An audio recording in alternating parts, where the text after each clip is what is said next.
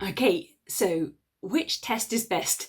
Which DNA test is best for doing your family history? And this is really such a hard question, but there are some useful pointers that you can think about before spending your money on a DNA test. And the first is the size of the database. So what does this mean? This means how many other people have tested with the DNA company that you're thinking about testing with. And this is important because that pool of people who've tested with that company, they hold your potential DNA matches. So the bigger the pool of people, the greater number of matches you're likely to find.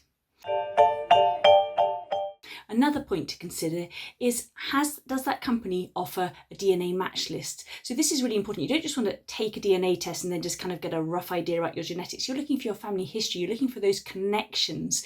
And you're going to find those connections via your DNA match list. You're going to find people in your match list with whom you share segments of DNA, and then you're going to work out how you and they are related, how you fit on each other's family trees, and you're going to perhaps build out your family trees to find where those connections are, to find out where your most recent common ancestors are, solve your family history mysteries.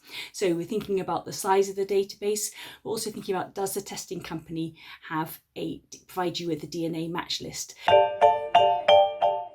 Another thing potentially to think about is, does the company accept uploads? What does this mean and why is it important? Well, some DNA companies will allow you to upload your raw DNA that you've tested with another company. You can download it from that company and then you can upload it to them.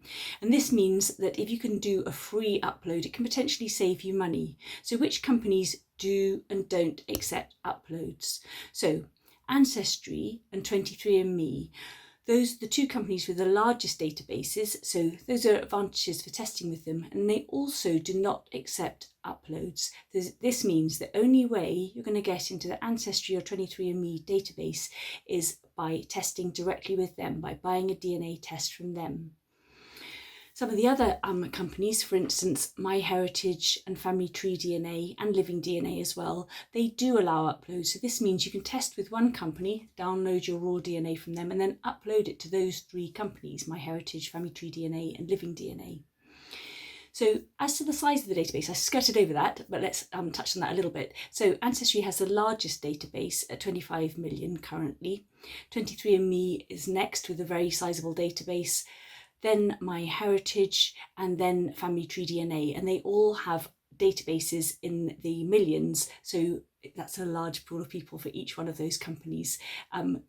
So you're going to provide you with a good chance of finding DNA matches there. There's lots of testers who's tested with them. They have testers in the millions.